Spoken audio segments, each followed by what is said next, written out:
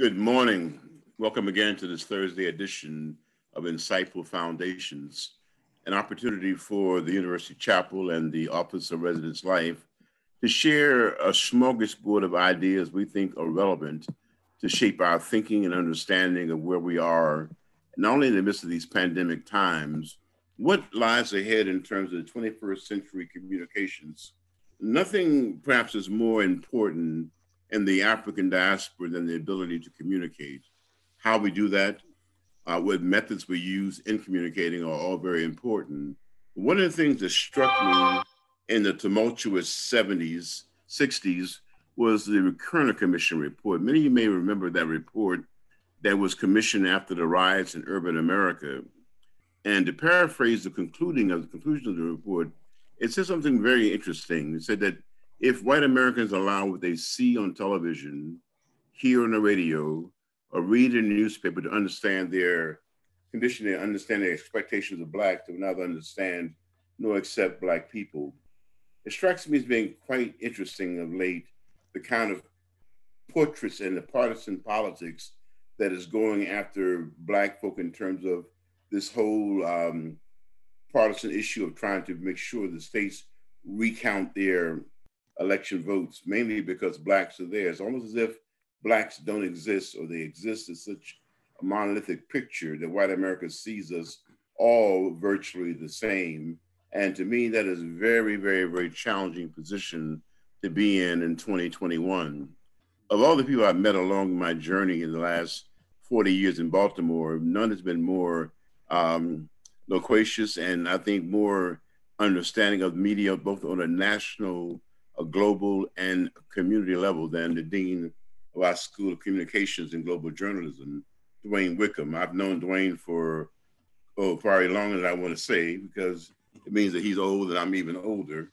But it's amazing if you remember reading some of his columns in USA Today. If you look at the excellent work that's coming out of this School of Global Journalism and how our students are beginning to position themselves for a platform for the 21st century, I've asked Dean Wickham to take us through a presentation, if you will, on the role of media in shaping the understanding of America, where we are as people of color, and some of the issues he sees that we're confronted with in the 21st century. And without any further ado, I introduce to some and really ask others to welcome again one of the sons of the university and sons of Baltimore, indeed, Dwayne Wickham.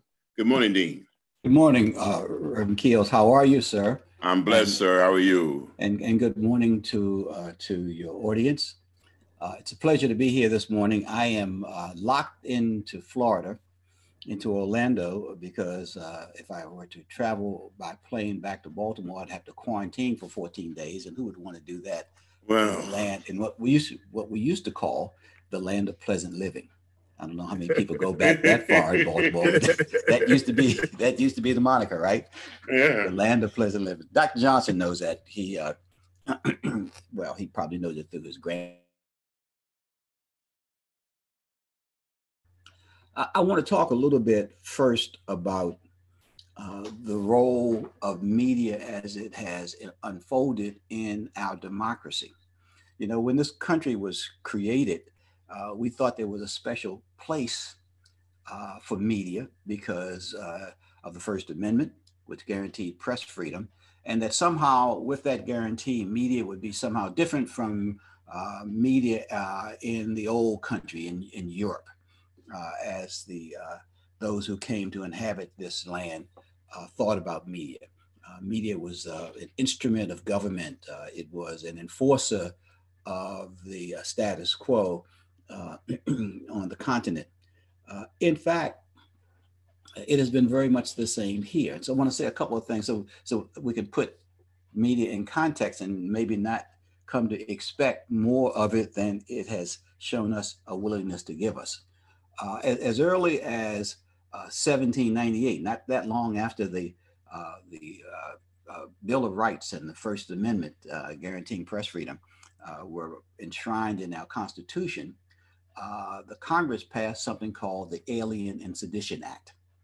And it did so because the United States, having not so long ago come out of the great independence struggle with Great Britain, found itself perched on a cliff trying to determine whether or not it would lean toward France or toward Britain in a war that was taking place on the European continent. And so in that decision making, forces in that then very young United States were trying to push the country in one direction or another. And so John Adams, then the second president of the United States, convinced Congress to pass this Alien and Sedition Act. And one of the things the Alien and Sedition Act did was to make illegal certain kind of talk. Now, why was this necessary? It was necessary. It was felt because there were many newspapers that clamored for the United States to get involved in the war, and many of them pushed for the United States to get involved on the side of France, which is something that John Adams did not want to do. And so with that act, with the activism of newspapers, not playing the role of honest brokers and just delivering facts, but advocating for a certain kind of involvement, the military and political involvement on the part of the United States, the government responded by attempting to shut them down. And in fact, reporters and editors were jailed, were sent to prison as a result of that. Now I'm going to fast forward to the 1860s and the presidency of Abraham Lincoln. Lincoln, in fact, in an attempt to win the presidency in 1860, found himself struggling to win the support of the state of Wisconsin, which at that time had a very large German-American population. And so one of the things he did to win over their support and win that state was to purchase a newspaper, a German-American newspaper.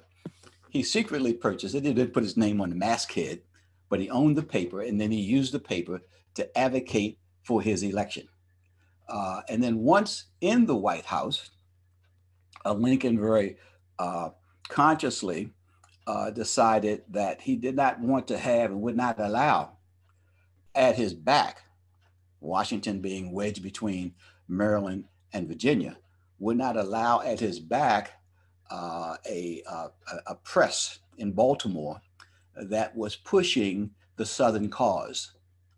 And so one of the famous uses of Fort McHenry during the Civil War was as a jail to hold journalists and editors who were arrested by Abraham Lincoln, by his forces, and placed in that jail and denied bail. And it was only after the Civil War that the Supreme Court ruled that act illegal, not during the Civil War, not at that time of incarceration.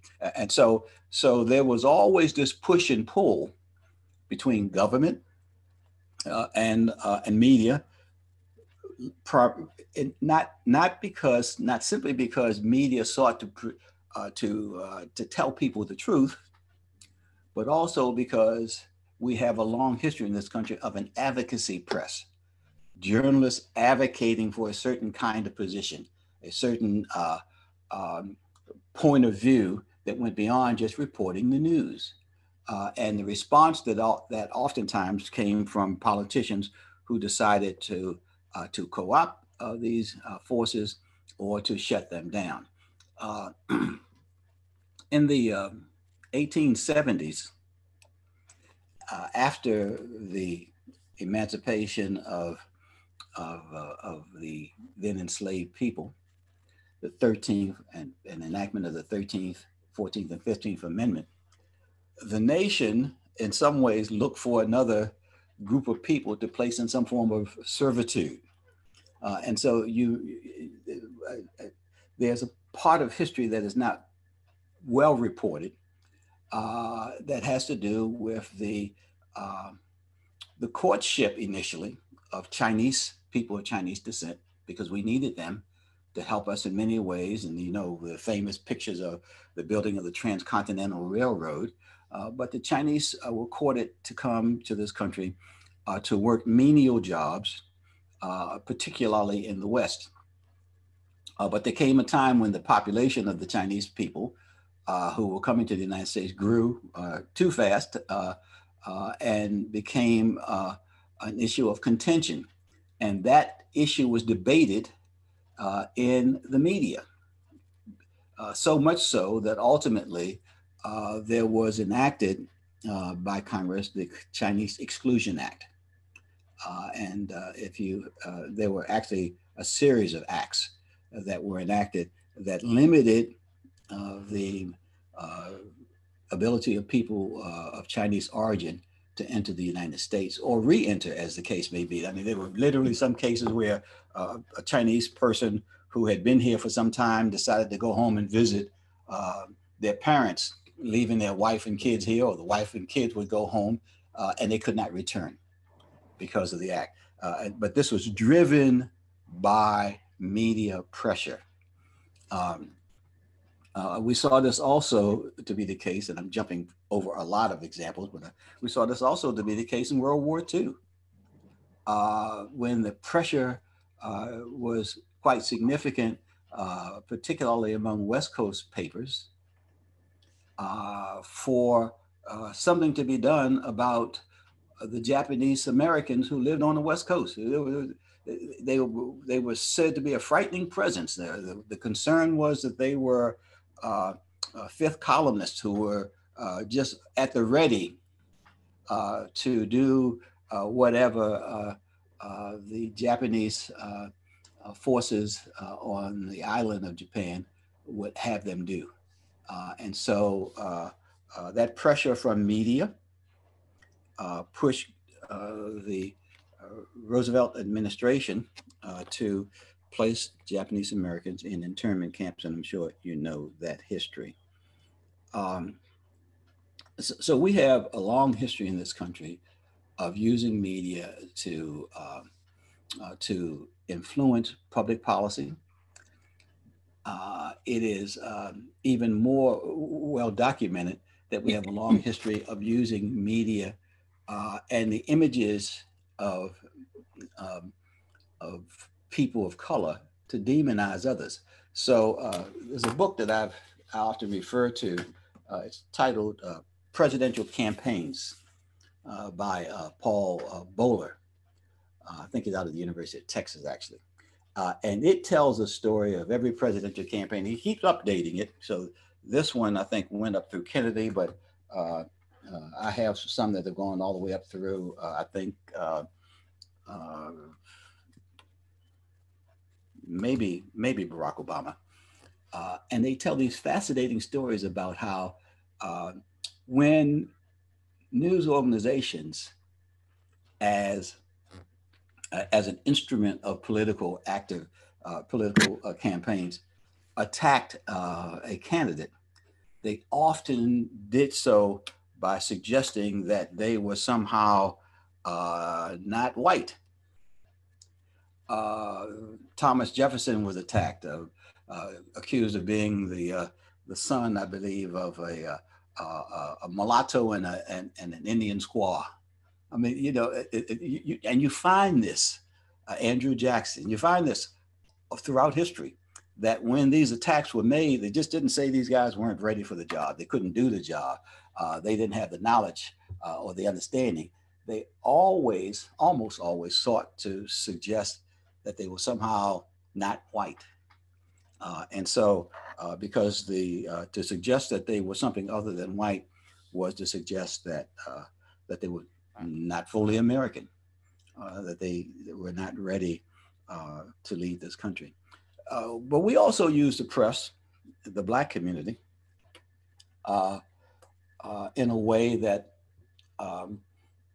that also sought to leverage our story. And you can find that certainly during the time of the abolitionists. There were some newspapers, the first Black newspaper was created in 1827. And as we come forward and began to look at how things unfolded. There were black newspapers even before the Afro in Baltimore, which in the 1870s advocated for the end of slavery in Cuba. In fact, there was a big movement, the anti-Cuba slavery movement had one of its initial meetings in Baltimore. And you can Google that, you'll find it met at I don't recall the name of the Presbyterian church now, but it met at a Presbyterian church in Baltimore. And Samuel Scottron, who is Lena Horne's grandfather, was one of the organizers of that meeting. So we use we turn the tables in some ways and try to use the press to advocate on our behalf. And in fact, we often did so in a way that was not dissimilar to what white folks did, because we demonized them as slavers and people intent on enslaving people of color. Not an unfair characterization, however, but we still sought to use it. So during World War II, there was, some of you may remember, Reverend Keels, you may be old enough to remember this, the Double V campaign,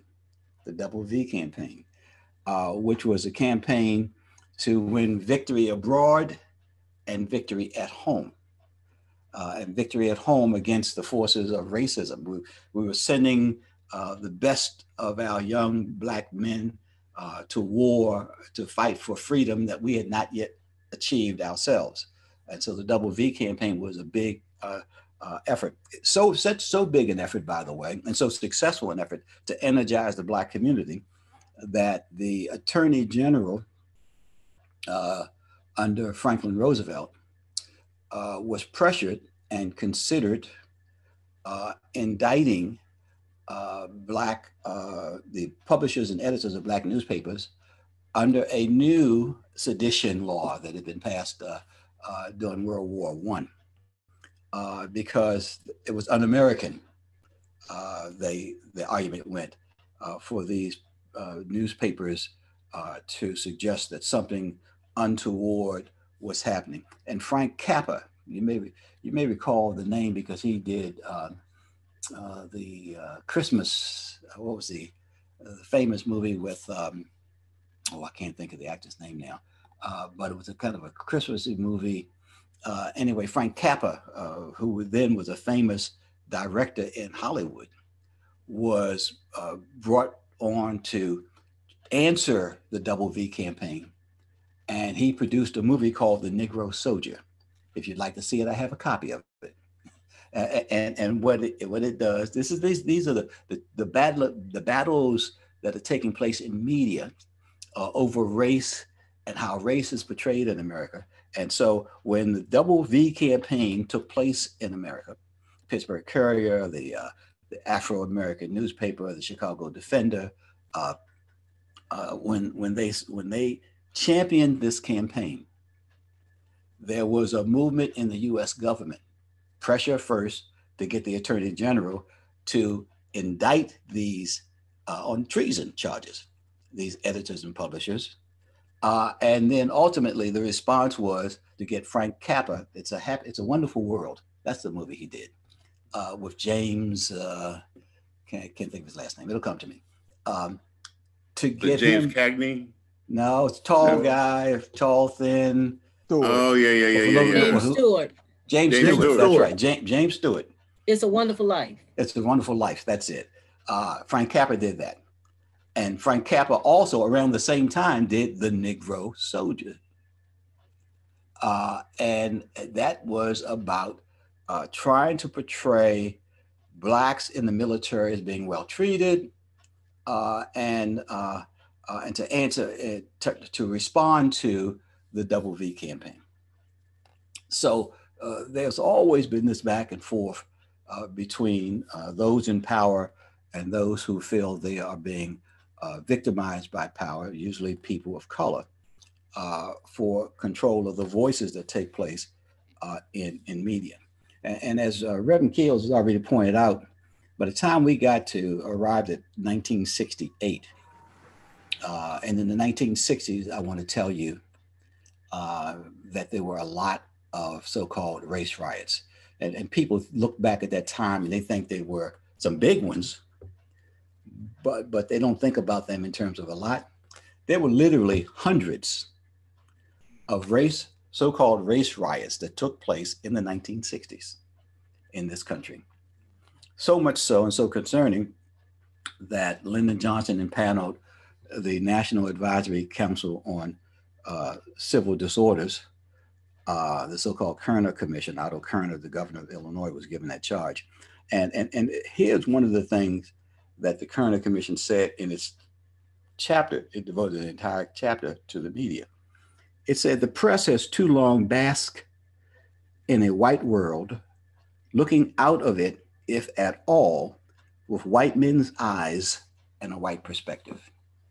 Therein lies the problem that we continue to have today, which makes it very difficult for us to get some balance to the coverage of people of color. And this becomes even more of a concern, it ought to be at least, because demographers tell us that by the year 2050, or maybe even a bit sooner, that this nation will be a nation whose population is made up mostly of people of color. And as we move toward that day, that time, some scary stuff is happening, and news organizations aren't paying enough attention to it. I wrote I think the first time I used this was maybe somewhere around 2008, maybe 2006.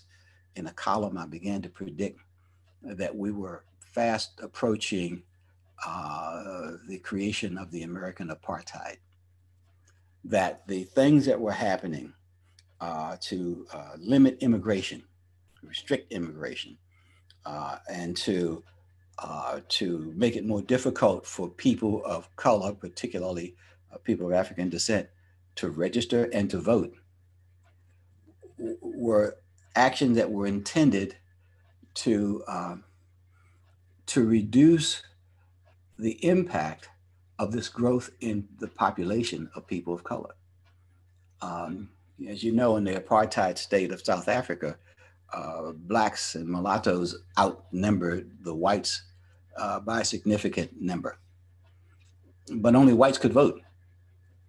And so if you're the only ones who can vote, or if you are able to suppress the ability of people of color to vote in significant numbers so that your votes will outnumber theirs, you have created an apartheid state, as they did in South Africa, and as I think we are moving toward in this country. And so today, as we talk about these things, you know that the Supreme Court has before it a request from the Attorney General of the state of Texas, and an amicus briefs from 17 other states, Republican majority states with Republican attorney generals, asking that the outcome of the election in Wisconsin and Michigan and Pennsylvania and Georgia be thrown out.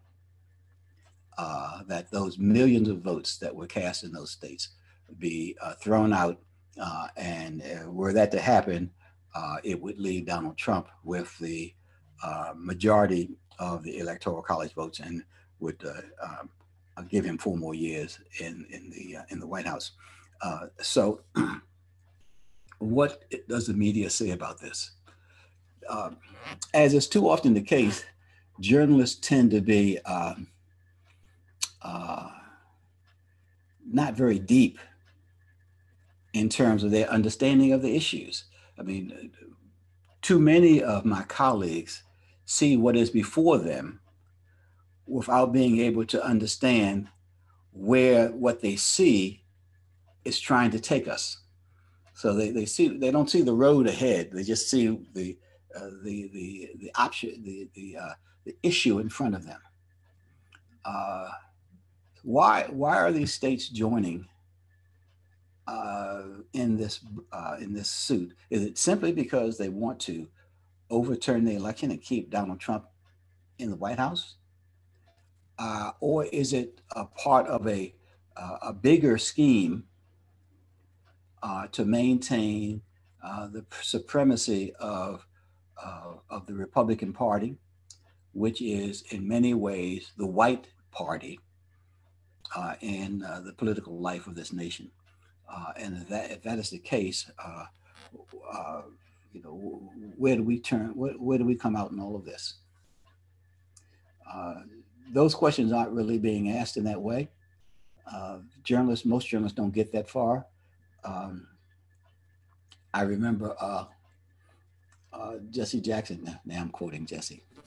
I remember Jesse Jackson once, not so famously, said about another um, about a black politician whose name will not be mentioned here. He said he's bright, but he's not heavy. And it is true that many of my colleagues in the media are bright, but they're not heavy. They don't come to their jobs heavily armed intellectually with an understanding of the history of the things that they cover.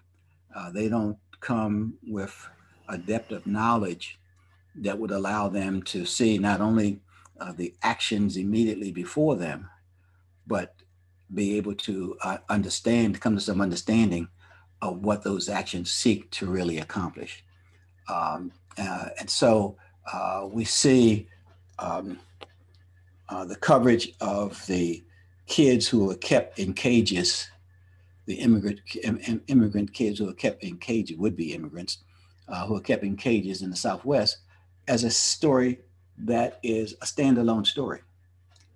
And it is, we don't see a connection of that story with the efforts the continuing efforts, decades old efforts now, to keep to keep Haitians from becoming Haitian Americans, to keep Haitians out of the US.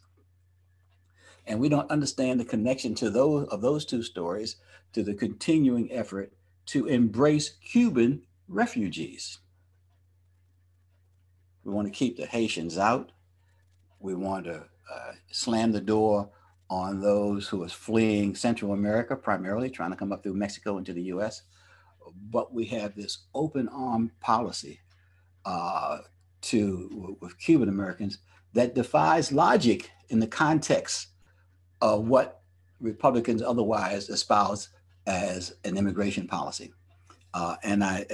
If you don't know it, let me tell you what the policy is simply described. It's described as the wet foot, dry foot policy. If someone fleeing Cuba is captured at sea, wet feet, they are supposed to be returned to Cuba.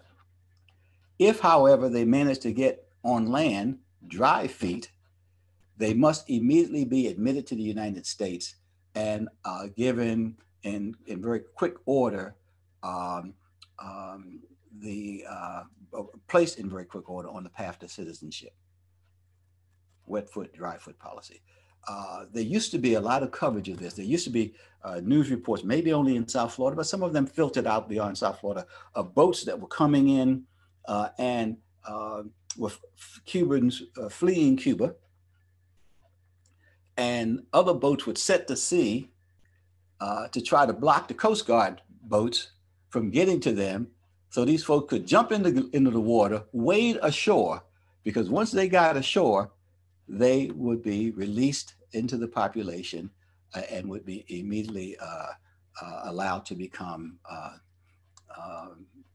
Americans with all the rights appertaining. And journalists don't understand the difference. We don't understand. Most of my colleagues don't understand why is that policy. We let the Cubans in, we keep the Haitians out.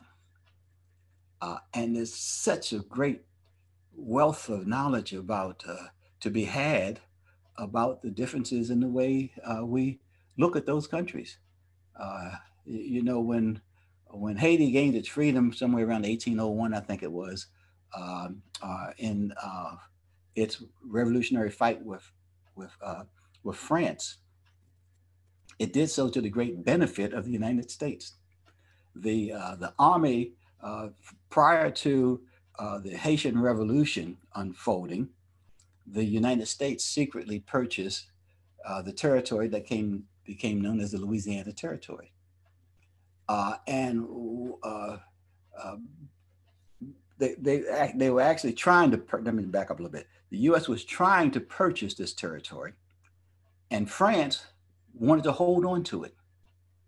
And so France decided to enforce its claim to that territory, to secure it by sending an army, a sizable military force to the United States to take possession of the property, all that land. So, as the agitation for independence or for the end of slavery and independence took place in Haiti, those who advocated for that change were encouraged by the United States government to continue that agitation, not because we wanted to see a free black nation on our doorstep, but because we wanted to force France to send its army there instead to maintain its property, which at the time was the richest colony in the world. Little did we know that once that army got there, it would be defeated and Haiti would win the day. Um, Now we have this free black nation on our doorsteps. So what's the first act that we take? We place an economic embargo against Haiti at the beginning of the 19th century. So we've had this long relationship of trying to contain Haiti, to keep those free blacks from coming here, and particularly the state of Louisiana passed all kinds of laws to keep them out. Um, and we did this because they were people of color who had tasted the air of freedom, and were threatened, and who threatened us as a nation with bringing it to this continent, or to this nation. Cuba, on the other hand, is different. Cuba was a country that in the 1860s, 1868, in fact, began an independence movement with a major plantation owner freeing his slaves and calling upon those slaves to join in the liberation struggle to free that island from Spanish colonial rule. And that struggle lasted for 30 years, from 1868 until 1898. On and off, but for 30 years. And over that 30-year span, Cuba created a multiracial army with black and white generals. One of their most famous black generals was a guy who became so famous and that black newspapers in the United States chronicled his activities in the 1870s, 1880s, 1890s. And Frederick Douglass urged young black men to give up their American citizenship and go to Cuba and join his forces and fight alongside him, believing that victory in Cuba would ultimately bring greater victory at home. And black mothers, seeing and reading about his exploits, began to name their male sons after him. His name was Antonio Maceo, and the mothers, in the American fashion, called their sons Maceo. And so you have that going on. And you see, the folks who want to keep America in the way that they view America, they know some of this history. They understand it. They may not know all the details, but they understand that something strange was happening in Cuba that was different. It was interracial. And so at the end of this period of struggle, 1868 to 1898. In the last 100 days, the United States showed up, and we sent our military forces there, and we helped to end by the Spanish occupation of Cuba by defeating the Spanish forces there. And you know, to the winners often go the history of a period.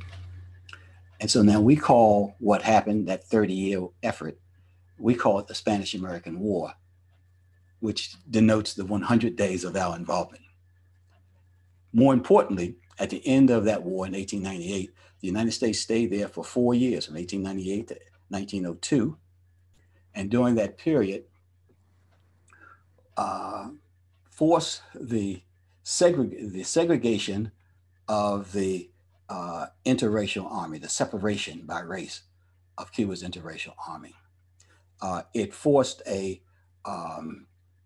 Jim Crow culture on the ruling class of Cuba, particularly the legislature, where they would have social functions after they would meet as a legislative body, then have social functions afterwards, where white women and black men and black women and white men would dance together, and those sort of things. They just pushed Cuba to have a separation that would make the U.S. comfortable with removing its troops. And so as we forced that upon Cuba, we created a racial hierarchy in Cuba that continued from the late, from 1902 up until the time of the arrival of Fidel Castro in Cuba and the success of what he calls his revolution. As a result, the vast majority of Cubans in the United States are white. They were the benefactors of that system that existed from the beginning of the 20th century until Castro came to power. And so they felt most negatively impacted by Castro's arrival and his pronouncements about race and integration and the expansion of opportunities. They fled. So they are being benefited by a policy that allows those who flee Cuba to come here without the kinds of constraints that are meted out upon others. And one other thing, because there's a real newspaper battle that takes place in South Florida that most of us pay little attention to, or we're not aware of. The media advocates in South Florida for the rights of Cubans who are in the United States to help their relatives back home.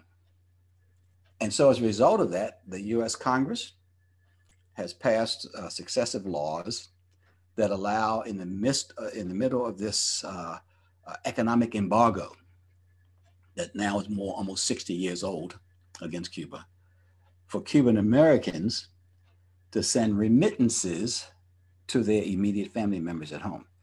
So if the majority of Cubans who fled Cuba are white, the vast majority, I mean, we're talking 85% or more, they send their money back to their white relatives and they recreate the economic imbalance that existed before Castro came to power. And so all of this kind of is a part and parcel to our attempt to maintain not only hegemony in this part of the world, but also to perpetuate this notion of white power that is pushing us toward the American apartheid. It's one thing to achieve it when you do it with a political majority. It's another thing to get to that point when you don't have the political majority. The bulwark against that ought to be, in our society at least, the American media. The role of journalists is to be watchdogs, not lapdogs. It is it is in the sense of the founding of this country. The true journalist is the town crier who goes to the village square and announces the news. But in the village square, there are a lot of people yelling and shouting and trying to get some information out. And but people knew then that the town crier rose above the din of those who were advocating for a position for some personal or political advantage. It's difficult today to figure out who the town criers are among those who we see on TV or we read in newspapers because the line has been so blurred between opinion and news. And then I'll say one other thing, and I'll open myself up to questions. In the 1940s, there was great concern in this country about the role of the media. Henry Luce, who is the founder of Time magazine, helped to impanel a body that that looked at media because the government was thinking about coming up with new laws and maybe even a constitutional amendment to restrict the way journalists did their work. And this body looked at all that was taking place. And one of the things it said, and I'm gonna try to paraphrase it because I can't quote it directly, and I hope I get this right. It said, "It now is no longer enough to report the fact. It now is necessary to report the truth about the fact." And that's not what we don't do enough of that. Something happens and you report it, it's a fact. But it may not be truthful. And the final example I give you of that is that you may remember the Pentagon Papers in the 1960s, as we moved from the Kennedy administration to the Johnson administration. President Johnson had been left out of a lot of the Vietnam decisions. So he sent his own representative after he assumed the presidency. He sent his own representative to Vietnam with a mandate to go and take your measure of this place and come back and tell me what's going on there. Can we win this war? Should we get more deeply involved? Should we get out of it? What I need to know. This emissary goes off and he looks at Vietnam, meets with the generals there. He meets with the American forces, the Vietnamese forces. Then before he leaves, he holds a press conference in Saigon. And at this press conference, he says that he is convinced that with enough support from the U.S., the South Vietnamese army ultimately will be able to take on the brunt of the fight and win the fight. He gets on a plane, he flies to what was then called Andrews Air Force Base. He gets off the plane, and he repeats that to the assembled American press. He then gets in a car and he's driven to the White House. And we know this, by the way, because of the Pentagon Papers. When the Pentagon Papers were released, it told us the story. He gets to Johnson, and in the quiet of the White House, in the confidential setting of the White House, he says to President Johnson, "We're in deep doo-doo. We cannot win this war, but we cannot get out. Because if we get out, we will leave Southeast Asia open to communists to overrun. And so we have to sustain our efforts and hope for a good outcome, but winning the war is not going to be the outcome." And we then went on. So the fact was what he said. The truth about the fact, we only got years later in the Pentagon Papers. And so it really is important today for us as consumers of media to understand that while we consume a lot of facts given to us by people in the media, We have to find ways to dig beneath the layers to ensure that we also have the truth about the fact. Thank you. What a powerful presentation. One of the things that struck me the most when we opened up for Q&A was the sense that the presence and prevalence of opinion in news reporting. I wonder what your thoughts are, Dean, on this current issue in the news about the representation of diversity among the cabinet nominees of President-elect Biden. There are people saying that not enough people of color are in key positions. There's a controversy surrounding General Austin, who has only been retired for 4 years. What do you sense in terms of the coverage of what the prognosticators and the media opinion people are saying about Black people's, one, contribution to the election of Biden, and two, their representation in his administration? So I think we have to be careful in how we react to what we hear and what we read and what we see in reporting about these issues. Let me first say that Bill Clinton, when he entered the White House during his 2 terms, had more Blacks in his cabinet than Barack Obama did. Significantly more Blacks in this cabinet. And it appears that Joe Biden will have more Blacks in his cabinet, people of color, than did Barack Obama. And I don't say this to somehow demean the nation's first Black president.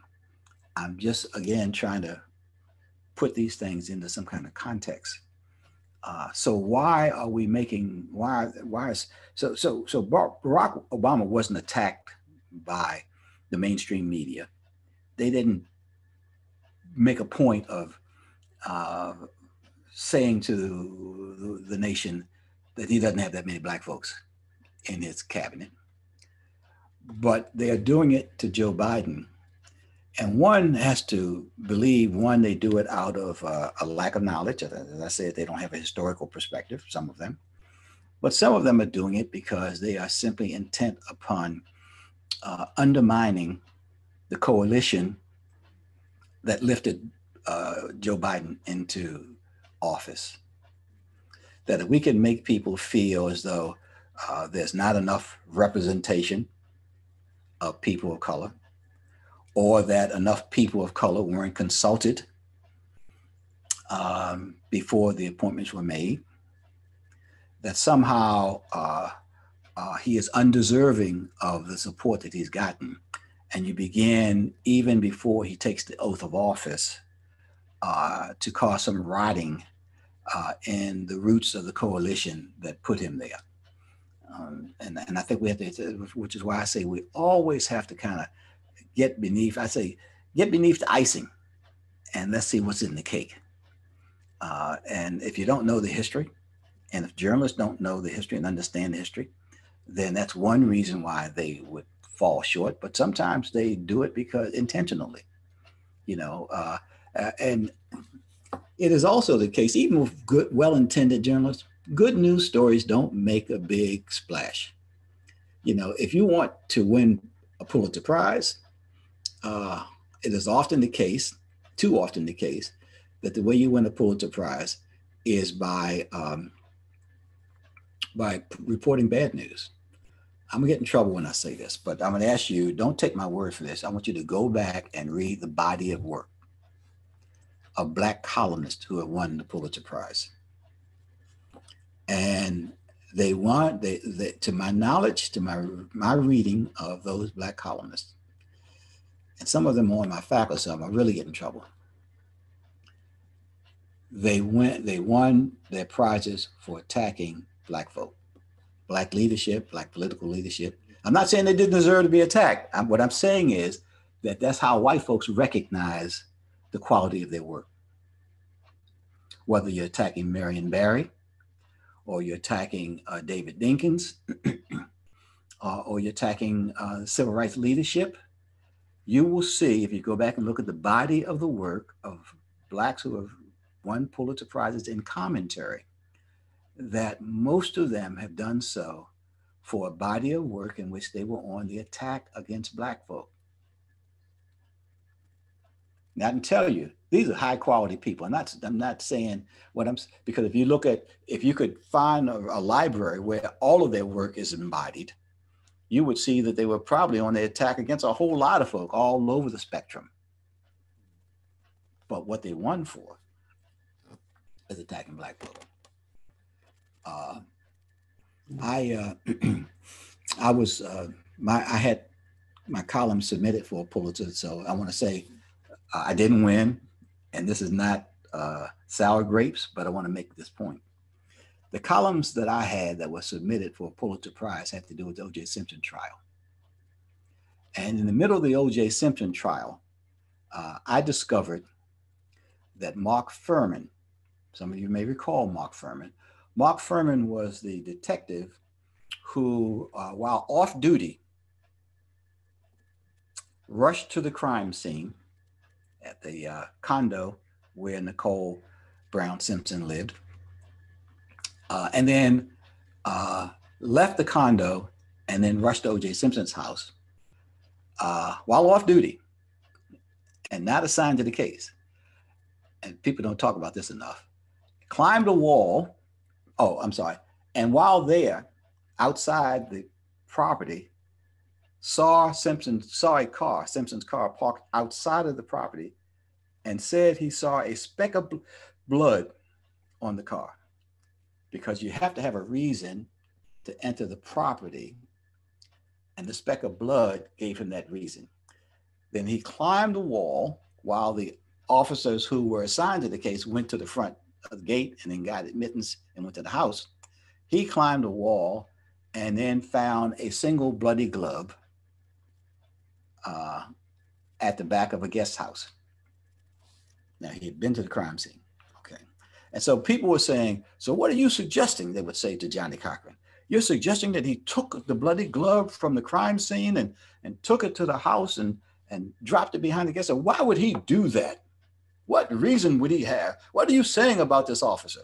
So during the trial, I discovered that Mark Furman had been accused of destroying evidence in another murder case within 6 months of the Simpson case.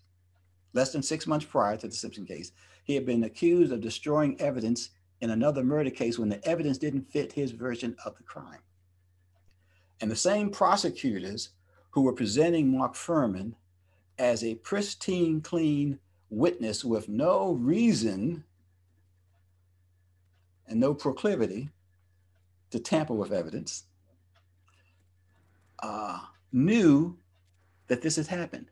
Not only did they know it had happened, when the defense attorney in that first case pointed out that the evidence that he sought in that had been taken from this crime scene, and that the defense attorney now said, I want to see this evidence, and the evidence could not be produced, the defense attorney asked that the case be dismissed, and on this, for the reason that the evidence had been destroyed by Mark Furman. And instead of defending Furman on the very day that the motion was made, the prosecutors, who within weeks were taking O.J. Simpson to trial, asked that the charges against this defendant be dropped and that the case be sealed. And I reported this in a column for USA Today. And I had to fight my own editors to get it in the paper until I showed them the entire court record that had been sealed. I had obtained all the documents, and that was submitted. And so I fought with my editors, but once they saw it, they ultimately submitted my column and my coverage of the O.J. Simpson trial for a Pulitzer Prize. Not only did I not win a Pulitzer Prize, I was not a finalist even that year. No other news organization picked up that story. And why? I'm a Black columnist, Black journalist, and I'm writing about something that white folks had already made up their minds about. OJ was guilty. And so race plays a big role, I believe, in the way journalism continues to be practiced, and in not only by the journalists themselves, but in the newsrooms, how it is considered, and then ultimately it impacts what you as consumers of media have to consider as you try to become critical consumers of the media. What a powerful insight. Any additional questions before we wrap up? I hope that everybody's been thinking on a very deep level this morning. Something I heard as a little boy in Alabama that I thought was very interesting was news is nothing more, nothing less than what the reporter says it is. And I think it's very interesting when conclusions are reached and people accept those as gospel. Probably one of the best examples would be the lack of, I think, comprehensive coverage of the killing of Black men, George Floyd and going Breonna Taylor, et cetera. Why is it that we don't have the ability to ask the difference between opinion and how culture sometimes colors our opinion or our expectation of the efficacy of a given act, and we just don't quite put it together? A lot will depend, brothers and sisters, for our students going through this century on what people perceive them to be. I've seen it so many times in subtle ways that a person goes in infinitely qualified for something and another person sees them only within a certain sphere of meaning. It's happened extensively with this situation with the vaccinations. I'll just leave this thought with us. Watch very closely who gets vaccinated and what progression and how that all pans out, because a lot of it will do with the ultimate worth of individuals and communities to get that vaccination. We are blessed at Morgan to have a dean of your caliber and your investigatory integrity, Dwayne, and I thank you so much. This will be available for distribution to people via YouTube, and also if there are classes. I plan to show it to my class in Religion in the Black Church next semester, because I think you hit on some things from a historical perspective that people often wondered and never knew the answer to. For instance, South Florida and white Cubans. You never ever see any Cubans of color in that progression, and it's by design. So we want to thank you, colleagues. Thank everybody for your participation in this insightful foundation discussion today. Stay tuned. We have some future things coming up in the future. Also, Sunday evening on WEAA Radio, don't miss our broadcast of the University Chapel worship service. Our guest preacher this week is Reverend Clarence Wayman, and we certainly are looking forward to hearing that message and the music that is produced by Bruce Henderson, who is really one of the more gifted musicians in our state, in our country, who's bringing so much to education through what's happened through the sacred and the secular expressions of Black music in America. I thank you again, and Dean, much thanks to you. It's very, very fascinating to have you back again. Thank you so much. I look forward to coming back. Thank you all. All right. Thank you very much. Bye-bye, everybody. Wave. Bye, and thank you. Everybody wave.